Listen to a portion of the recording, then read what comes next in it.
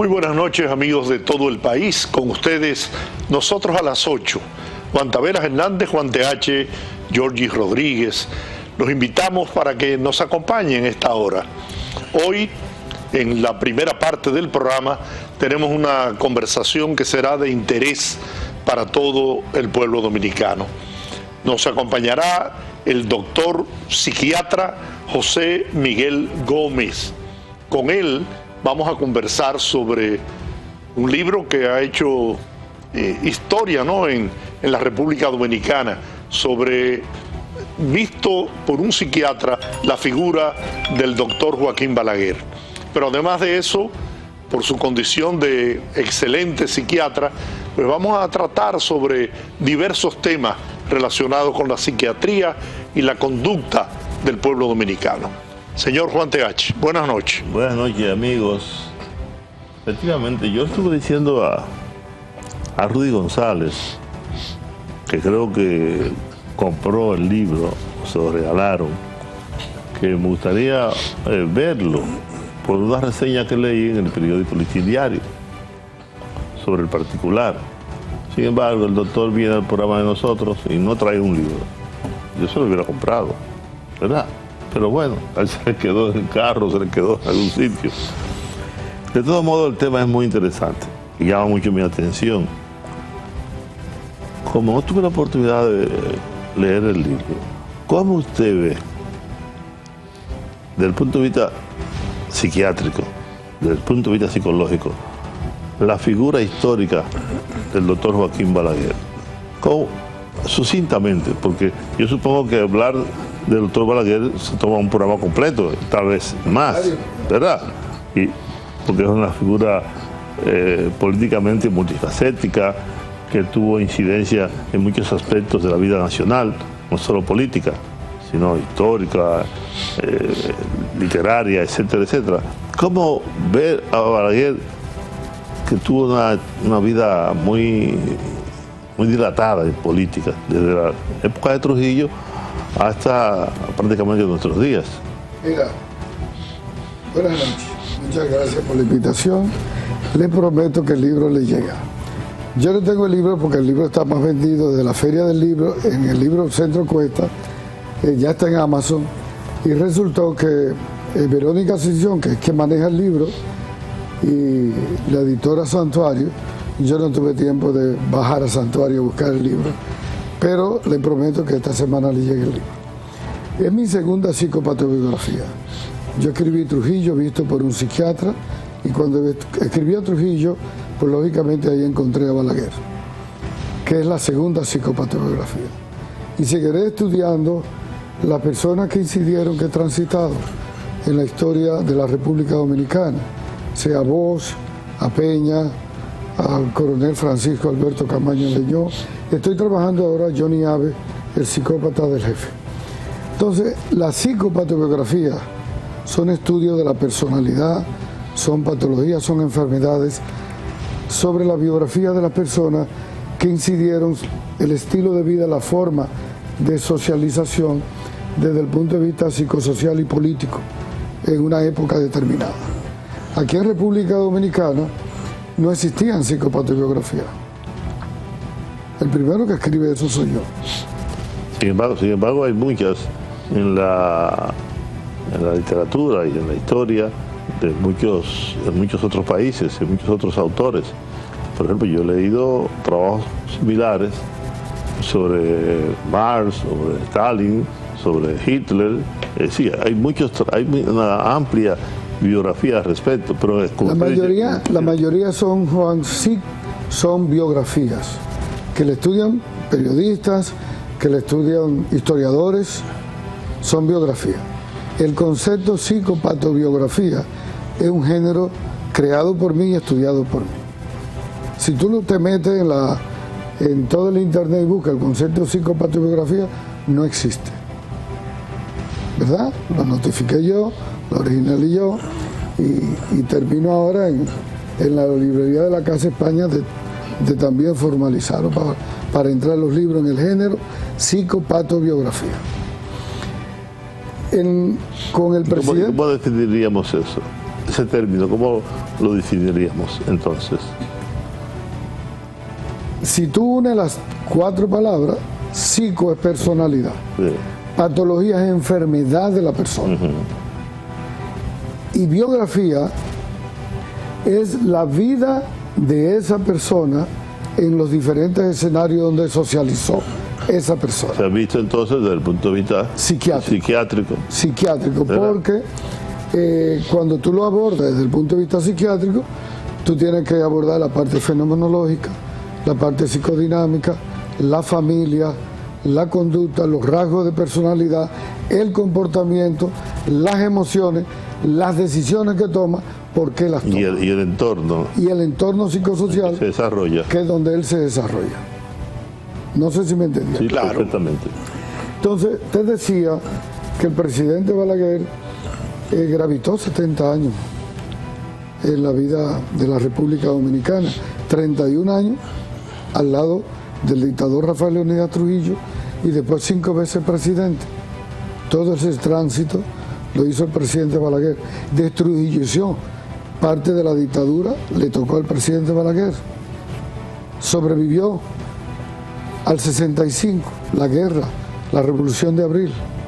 Y todo el proceso, el tránsito político, lo hizo Balaguer, ¿verdad?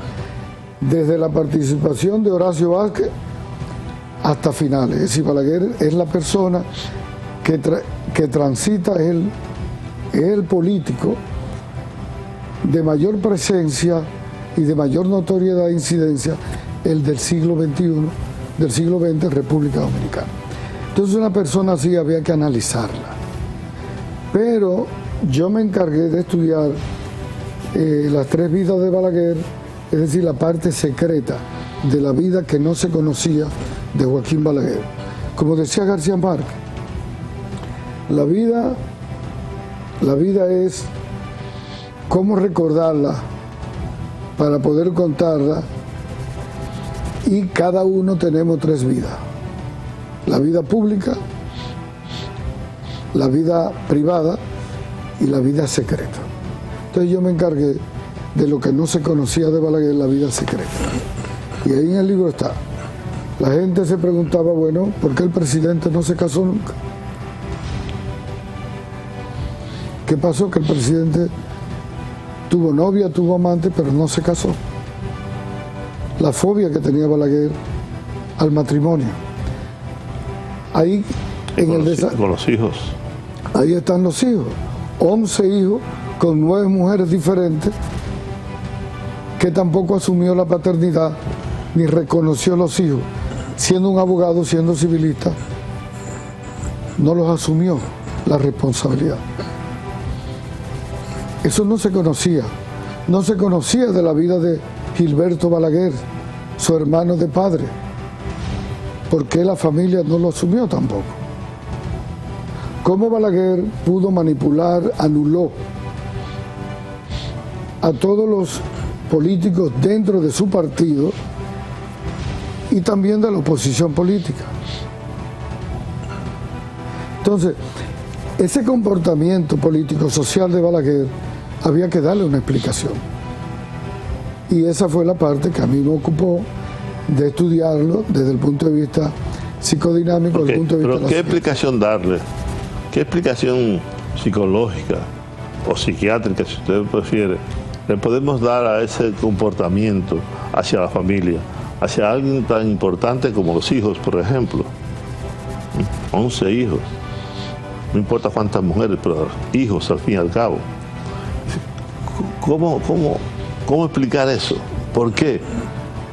Pues yo, que soy padre 24/7, que tengo mis hijos, Georgie Rodríguez, que tiene sus hijos, probablemente usted también. Yo tengo mis hijos. ¿No? Pero asumido, ¿verdad? Sin embargo, este hombre, yo puedo decir que también, no sé hasta dónde puede ser una conducta aprendida o una conducta asumida en un momento determinado de su vida, pero extraño resulta eso, ¿no? A mí me gustaría agregar, ¿está certificado ese hallazgo de los 11 hijos? Sí, eso está certificado, eso está consignado en la genealogía y lógicamente con esos hijos hablado y conversado. Tres de ellos socializaban siempre en la casa de Balaguer, y tú los llegaste a ver en la casa de Balaguer. Tú llegaste a ver los domingos a Alexis y Joaquín Castillo.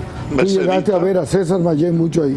Y tú llegaste a ver en la casa Mercedita Solís, ¿verdad? Que iban los domingos, se encargaba doña Emma de hacerle toda la parte de la dinámica familiar, y el hijito iba un rato, le pasaba la mano por la cabeza y se retiraba, y ella decía, el hijito está muy ocupado, no lo puedo atender.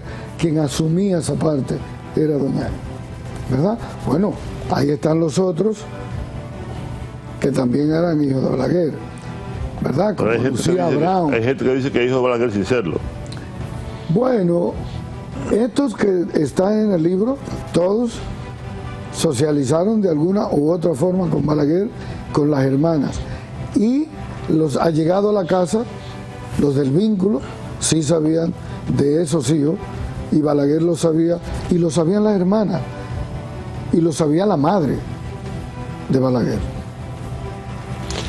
¿Cómo explicar que este hombre, que tuvo que incluso en el año 61 abandonar el país, irse al exilio, pudiera convertirse en esa figura que usted señala, que contribuyó grandemente a todos los cambios políticos, la transformación política que se experimentó en la República Dominicana a partir del año 61? Mira, la gente se pensaba que Balaguer no era un superhombre, ni era un demonio, ni era un santo. Era un ser humano, viendo el ser humano como una expresión biopsicosociocultural y espiritual. Lo que tenía Balaguer era inteligencia, habilidad, destreza. Conocía la sociedad dominicana, la aprendió a conocer, y conocía la patología de los grupos de la República Dominicana. Y lógicamente se había leído desde Fouché a Maquiavelo, a todo el mundo. Sabía que en la política dominicana había que dividir, había que usar los hombres grises que usó la misma metodología que usaba Trujillo, y aprendió a manipular y a montarse en cada proceso histórico-social, inclusive sin Balaguer tirar un tiro y sin provocar los hechos históricos. Sin embargo, los aprovechaba, se montaba, los dirigía, y de ahí terminó siendo un líder redefinidor, autodirigido, resiliente, y logró los propósitos que quiso, que fue mantenerse en el poder.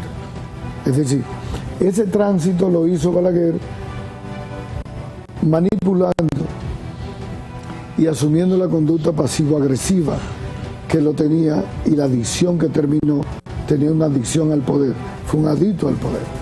Nunca pudo retirarse, ni enfermo, ni ciego, ni flebítico, ni ya en plena vejez. Nunca se retiró Balaguer. Sin embargo, también Balaguer aprendió a manipular esta sociedad, y fíjate que no pasó la antorcha al final. No nombró a nadie en su partido, no pasó la antorcha, no designó a nadie, y no le importó la vida de nadie, ni del partido, ni de nada. Es decir, terminó siendo como todo un hombre egocentrista que quería lograr propósitos para él. Un caudillo. Y terminó con la biblioteca en la Pedro Enrique Ureña, la casa al Instituto Oncológico, una tierra que tenía a Hogares Crea y la casita de Santiago a una monja. Y no delegó y no dejó nada en nadie. Y logró los propósitos que él quería, que era ser presidente del país, y lo logró por 5 veces. Entonces, ese era el presidente. Yo voy a decir, citando a Ortega y Gasset, que el hombre de ser y sus circunstancias, significa que él también estuvo sujeto a las circunstancias, atendiendo lo que decía Marx, que el azar también es una categoría histórica. Se produjeron acontecimientos que él, justamente como usted dice, aprovechaba, pero él no lo provocaba a todos. Sin embargo, se montaba sobre esa ola a la cual le sacaba el provecho necesario. Por eso, porque el hombre es él y sus circunstancias. Sí. Las circunstancias fueron las que lo fueron conduciendo. En las memorias que él escribió, que yo recuerdo haber escrito un trabajo, página completa, que llamaba La memoria de la desmemoria, porque yo entendía que era un libro que desdibujaba los hechos históricos o los colocaba siempre a su favor, incluyendo durante la tiranía de Trujillo. Pero bueno, tenemos que hacer una pausa y tenemos mucho de qué hablar, no solamente del libro sobre el doctor Balaguer, porque a la medida que usted iba hablando se me ocurrieron algunas otras cosas, pero tampoco quisiera como alargar esta conversación nada más que el tema Balaguer. Por ejemplo, me gustaría tratar ahora, después de la pausa, lo que ocurrió en la zona colonial. Podemos hablar de eso, ¿verdad? Sí, esa conducta que se está expresando hoy día en el pueblo dominicano, en la sociedad dominicana, que yo creo que se está produciendo una inversión de valores extraordinaria en esta sociedad. Así que, su permiso, vamos a la pausa y seguimos.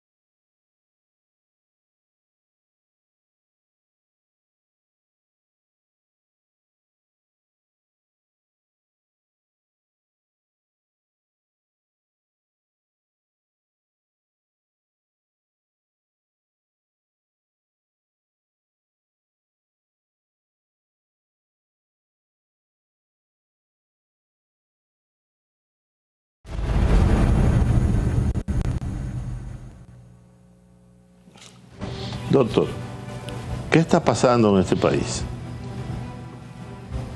La teoría de género, que yo creo que está incidiendo mucho en estos momentos. El tigueraje. Usted enciende la radio y lo que escucha es mejor apagarlo. Ahora, con el desarrollo de las nuevas tecnologías de internet, YouTube, etcétera, etcétera, lo que acaba de pasar en la zona colonial. Me acaba de decir Narciso Isaconde, que tenía más de 40 años viviendo justo al lado de Casa de Teatro. Tuvo que mudarse, la zona no es segura. Y ya él no tiene 2 años, ni 3, tiene muchos, junto con su esposa, con Lulú, con doña Lourdes. ¿Qué es lo que está pasando? Hay como una inversión de valores tan grande en esta sociedad que nadie prestará atención. No, mira, lo de la ciudad colonial, que se ha hablado mucho, se presentó una confrontación entre transculturación, sincretismo cultural y aculturación. La República Dominicana... ¿Sincretismo? Sí. ¿Cómo se dio el sincretismo allí? El sincretismo es cuando tú vives con 2 modelos culturales a la vez. ¿Verdad? En el caso haitiano y los dominicanos hay un sincretismo cultural muy obvio. Correcto. Entonces, en la ciudad colonial se hizo un teteo. Los muchachos de la marginalidad social, de la exclusión social, los que no han tenido cohesión social, buscando salir del anonimato y tener visibilidad en una sociedad excluyente, buscan una nueva identidad. Y para salir de la notoriedad, buscan la bulla, el presentismo de una sociedad que los ha excluido. Entonces, han asimilado los procesos de la transculturación y buscan los espacios para, de forma desorganizada, llamar la atención. Y llegaron a la ciudad colonial, que es un patrimonio nacional, que es una expresión de una sociedad que se está organizando, donde hay una convivencia religiosa, cultural, de convivencia pacífica, de armonía y de una vida citadina donde a todos nos gusta. Invadieron el espacio y lo hicieron a su estilo y a su forma. Y no encontraron en el Estado Dominicano ningún instrumento de institución organizada que pudiera organizarlo a ellos mismos dentro de la expresión. Si tú vas a lo que se hace en España de la hispanidad, que van todos los países de Latinoamérica, tú te encuentras que lo primero es que la policía está ahí, tú te encuentras que lo primero es que hay 36 baños para hombres y mujeres móviles, tú te encuentras que hay un área de comida organizada, que hay un área de música organizada, tú te encuentras que nadie puede andar con una botella en la mano, es con un vaso y tienes que comprar tu bebida, y tiene un área para dónde entrar y un área por dónde salir. Es decir, la policía tiene el control. Y cultura, entonces, es quien organiza el evento. Entonces, cuando esos muchachos llegaron a la ciudad colonial, no había nada de ninguna institución del Estado, no había ni garantía, ni fiscalización, ni de nada. Ni entonces, educación. ¿Se manifestó ahí un resentimiento social? Ahí se dio la expresión de la vida, de lo que es la identidad y la búsqueda, que es cultura también. La expresión es cultura. La cultura es lo que cambia el cerebro. Es el aprendizaje que queda de una vida. Entonces, ellos hicieron cultura. Lo hicieron de forma desorganizada, como lo hacen. Y esos muchachos, el Estado va a tener que buscarle una respuesta a estos grupos sociales de inversión al bienestar social, de invertir en políticas públicas culturales para buscarle una respuesta organizada, porque perseguirlo, excluirlo, limitarlo, no es la solución. Fíjate que... Doctor, es el propio Estado que lo genera. Es el propio Estado que los crea. Entonces, ¿qué le va? En este país, nosotros somos líderes en la región, en NINI. Jóvenes que ni estudian ni trabajan, así que están excluidos, están marginados. Entonces, fíjate. De la educación, del aparato productivo, etcétera, etcétera. Bueno, entonces, ¿qué tú quieres? No es un problema. Si tú los excluyes, si no le das acceso al desarrollo, si abandonaron la escuela, desertaron de la escuela, no tienen trabajo, la mayoría vienen de familias rotas y disfuncionales. Entonces, así es. ¿Cuál es el espacio que van a tener? En el Parque de las Luces Iberoamericano iban y cerraron y quitaron. La 42 ahora. Se fueron a la 42. Luego era la Feria del Libro, este año que fue súper organizada, no nos dejaron entrar, pero tampoco las instituciones del Estado van a los sectores populares a invertir en cultura.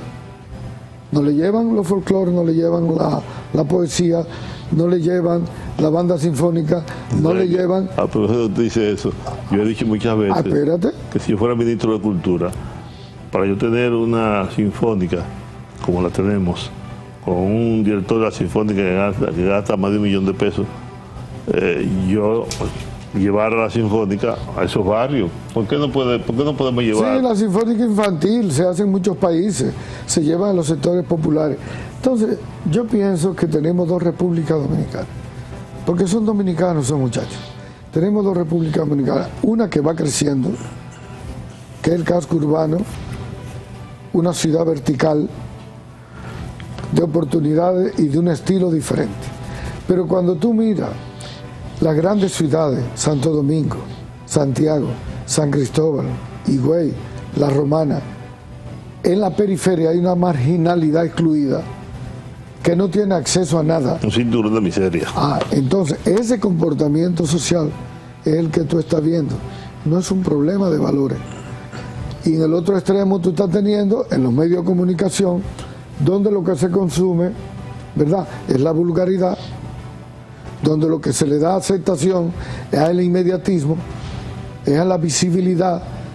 Entonces, es una sociedad como que no tiene claro el proyecto de vida que queremos, en ninguno de los aspectos.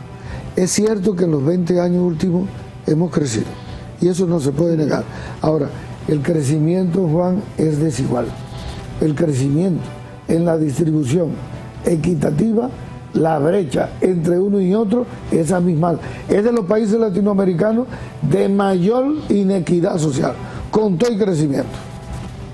Sí, es un fenómeno no solamente de la República Dominicana. Latinoamérica. De hecho, Latinoamérica es la región de mayor desigualdad. Sí, pero nosotros tenemos la particularidad de que Latinoamérica políticamente está muy desorganizada y nosotros tenemos un país y una estabilidad política, como que tenemos ya los pantaloncitos largos y como que la República Dominicana tiene bien definido el marco teórico social, la democracia más fortalecida de Latinoamérica. Lo que nos toca ahora es enfocarnos a la distribución equitativa de la producción de la riqueza. Bueno, eso tiene muchos problemas en una sociedad como esta, porque los grupos de poder, el establishment, los que controlan realmente el poder en el país, no están dispuestos a ceder. Yo digo que no son empresarios, son rentistas. Lo único que les interesa es cuántos beneficios obtienen todos los años.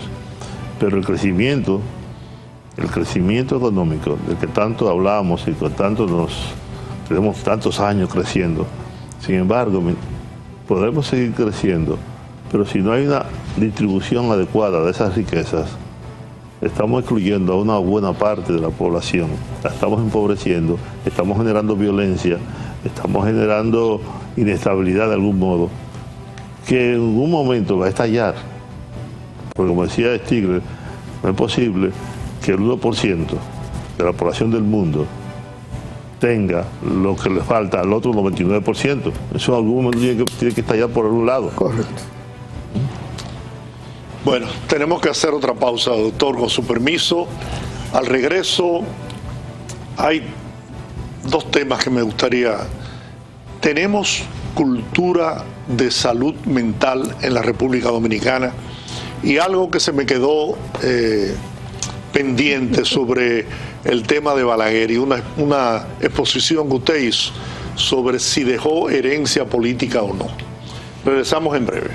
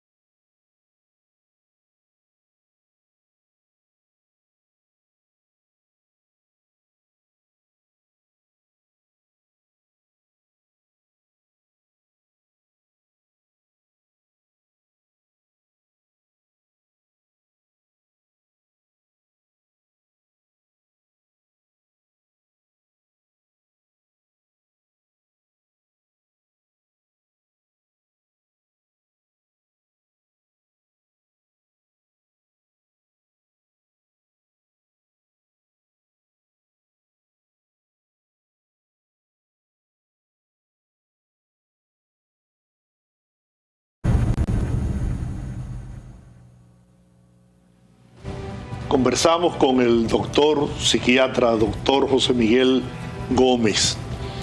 Me quedé con dudas sobre lo que usted expresó hace un momento, de que Balaguer no había propiciado una herencia política, y no sé, me gustaría en pocos minutos, ¿no?, que usted me analizara por qué. Porque Balaguer realmente le dio oportunidad a muchos dirigentes de su partido, de su parcela política, incluso dándole oportunidad en diferentes posiciones a manera de irlo formando para el manejo del Estado.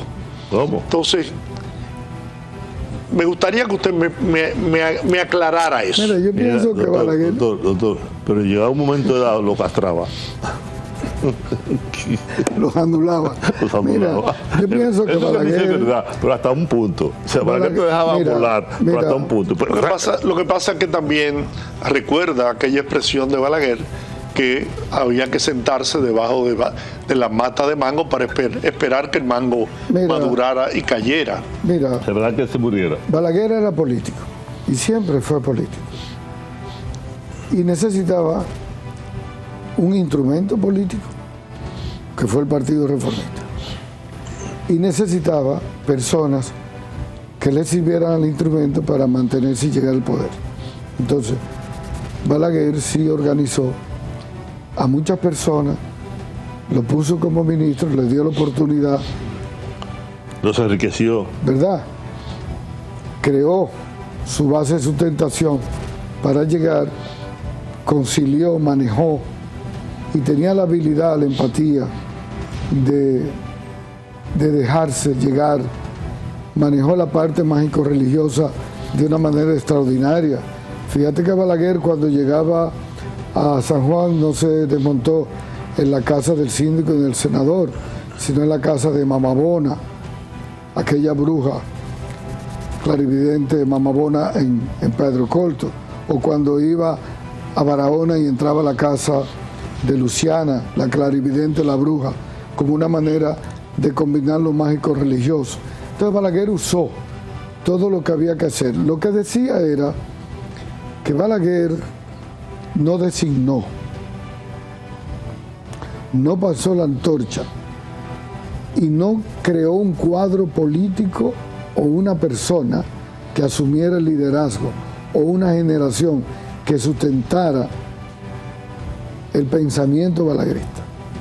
Fíjate que cada uno de los vicepresidentes, empezando con Augusto Lora, que fue que organizó el partido, en su momento, entonces Balaguer lo anuló. Bueno, pues lo mismo ocurrió con Fernando Bogar, después con Víctor Gómez Berger.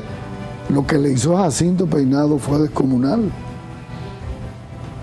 ¿verdad? Y si tú te vas a la oposición, Balaguer tuvo la habilidad y la manipulación, y desde el punto de vista pasivo-agresivo, controló y manejó a Peña. Manejó la izquierda dominicana, la dividió. ¿A dónde está la izquierda dominicana al día de hoy? ¿Cómo manipuló a Vox? Es decir, Balaguer tuvo esas habilidades y esas destrezas. Entonces, yo pienso que... Ahora, doctor, pero eso es propio de los caudillos. No todos los caudillos tienen la capacidad para hacerlo. Es otra Hay cosa. Que tener un tipo de personalidad. Es una característica. Y fíjate que los demás no lo tenían. Fíjate que hay una cosa importante en esto. ¿Por qué la intelectualidad dominicana, los partidos de izquierda, ni de centro izquierda, ni de derecha, pudieron manipular o controlar o detener o parar o anular al presidente Balaguer? No lo hicieron después de la destruyización, después de la muerte del magnicidio. No lo hicieron después del 65. No lo hicieron cuando Antonio Guzmán, en el 78.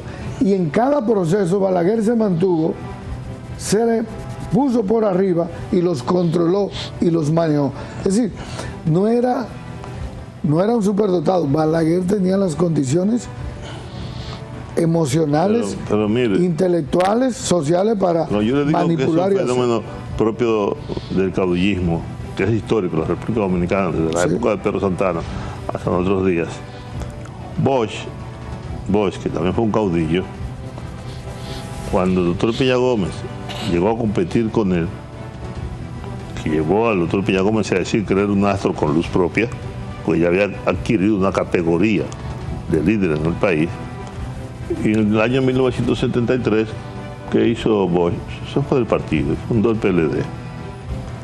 Y solamente, ya enfermo y muy viejo, cuando usted podrá decir que le pasó la antorcha, no fue que le pasó la antorcha, no, a Leonel Fernández o Balaguer, de lo cual se arrepintió enormemente. ¿Quién? Balaguer, de lo que hizo del pacto aquel. Pregúntalo a Giorgi si Balaguer no se arrepintió. No, eso tiene dos procesos.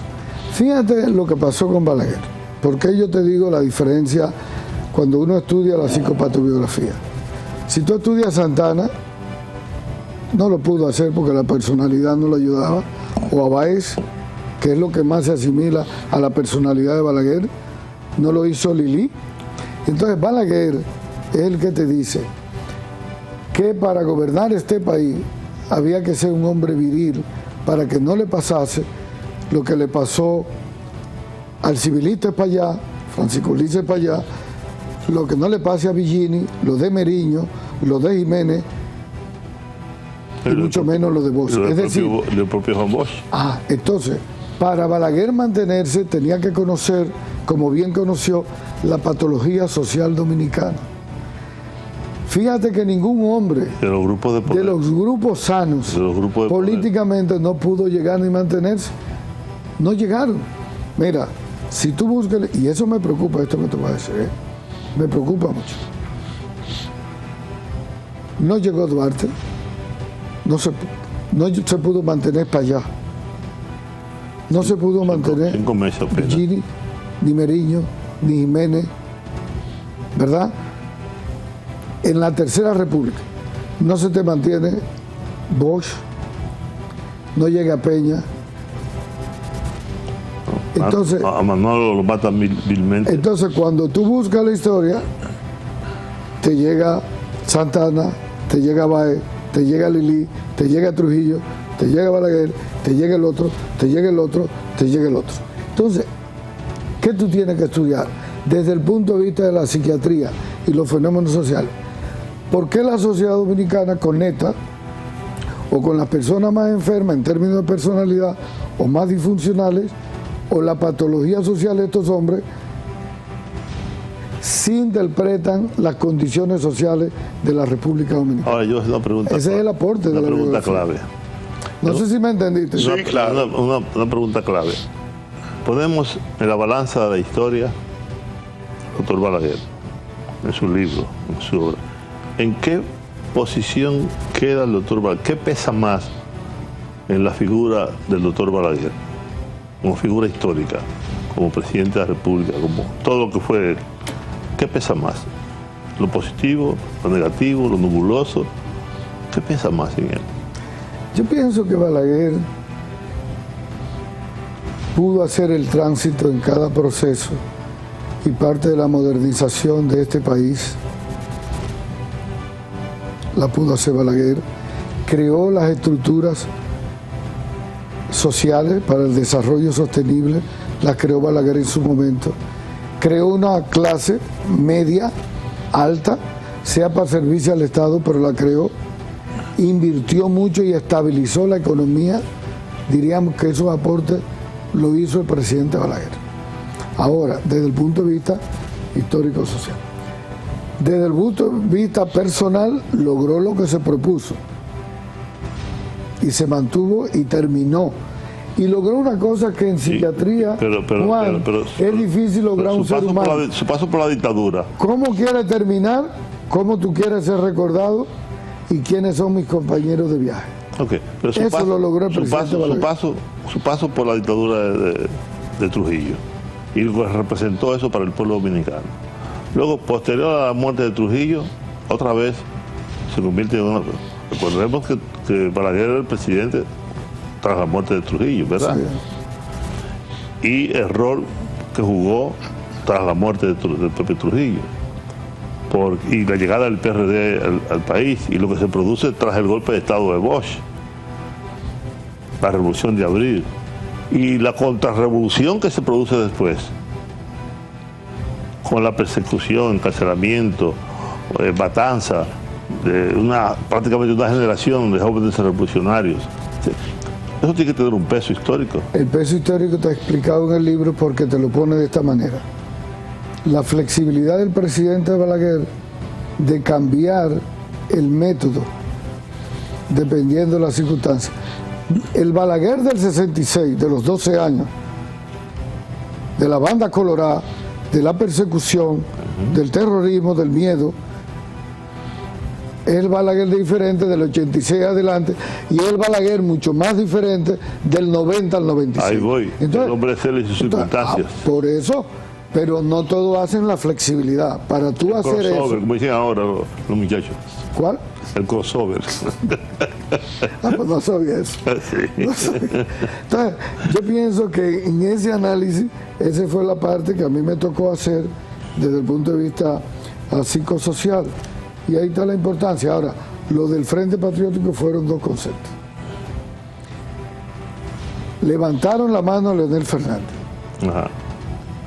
Y fueron muy contentos cuando Coco, Danilo y Temiclo se fueron a la casa de Balaguer y todo lo dijo que sí. Salieron contentos creyendo que engañaron al viejo y fue Balaguer y levantó la mano al Frente Patriótico del 96. Ajá. Cuando llegaron a la casa de Balaguer, Mota Ruiz le dice a Balaguer, delante de Aníbal Páez, presidente, le entregamos el poder a los comunistas y no sabemos qué van a hacer con nosotros. Y se lo repitió otras veces. Y la última vez Balaguer, echándose fresco, extrayó el sombrero y le dijo, dale tiempo a esos muchachos para que tú veas si son comunistas, dale tiempo. Y terminaron siendo comunistas los muchachos. Ellos nunca fueron comunistas. No. En ese tiempo la percepción de todos eran que eran centro izquierda. Pero nunca fueron. Eran centro izquierda. Terminaron siendo. Balaguer los conocía. Ahora, el propósito, ¿quién lo tenía? Balaguer. ¿Qué logró Balaguer con esa jugada del Frente Patriótico? Que el propio Juan Bosch. No, anuló. No, oye, anuló a Jacinto Peinado. Sí. No dejó pasar a Peña Gómez. Y no lo dejó pasar no porque tenía problemas personales con Peña. No lo dejó pasar porque Peña no quiso quitar a Fernando Álvaro Gal, que era el vicepresidente, que en todas las condiciones y todas las reuniones, que yo las conversé con los que fueron, no quiso renunciarle Fernando Álvaro Gal. Si Fernando Álvaro Gal le renuncia, Peña hubiese sido el presidente del país. No, sí. Entonces, la otra fue... Pero no podíamos pedirle a Fernando que renunciara. Es que el doctor Peña Gómez debió asumir esa responsabilidad. No lo podía hacer. Ajá. ¿Tú sabes por qué? Y a esperar que Fernando renunciara. Es que quitó a Peña Gómez, quitó a Hipólito Mejía para poner a Fernando Álvarez Bogar. Pero tú sabes por qué no lo pudo hacer. Porque Peña padecía de la gratitud invisible. Eso no es verdad. Léalo para que tú veas por qué no. No, eso no dice verdad, pero no tenía por qué agradecerle a Fernando Álvarez Bogar y a su familia. Cuando tú tienes gratitudes inmerecidas, gratitudes invisibles, y tú eres víctima de eso, te lo estoy diciendo desde el punto de vista psiquiátrico. Quiere más allá del daño que te hace el otro y de la cultura del favor. El que sufre. Y ese era el proceso de Peña. Eso me pasa a mí, con este señor. Tengo un agradecimiento invisible, ¿no? Quiere Leonel Fernández... Con todo que yo lo odio por la vaina de Balaguer, pero yo lo quiero demasiado. ¿Quiere Leonel Fernández relevar la figura de Balaguer en el campo político? Diríamos que tiene las pretensiones de lograr las más veces presidente o de llegar a ser uno de los líderes trascendentes en términos políticos de la República Dominicana, lo cual puede ser su derecho, ¿verdad? Bueno, la pregunta sería ¿para qué? Pero sí tiene el derecho de poder hacerlo, claro, pero es muy diferente a la personalidad de Balaguer, como era muy diferente la personalidad de Balaguer con Báez. En términos de estructura de personalidad, de rasgos de personalidad, de tipo de personalidad, Totalmente. Y de formación e inteligencia. Leonel no tiene la condición de que tenía Balaguer, creo yo. Yo no he hecho a Leonel Fernández en la psicopatobiografía. No, todavía no está para eso. Correcto. Espero que él avance un poquito más. Yo pienso que hemos hecho un programa muy intenso, con muchas cosas. Ahora pudiéramos hacerlo porque es interesante. Ustedes veo que hacen unas entrevistas muy interesantes. Podemos volver y hablar. Pero yo le hago llegar el libro de Trujillo y el libro de Balaguer. Yo quería ver que usted hiciera ese trabajo con otras figuras. Por Yo ejemplo, lo voy a hacer. Yo digo, mire, Con otra figura. hay una figura que para mí tiene importancia, que es Manolo Tavares Justo, Sí. ¿no? Y más interesante que Manolo, ¿sabe quién sale? Porque lo he leído algo. El coronel de Abril. No, por supuesto, claro, eso no puede quedar.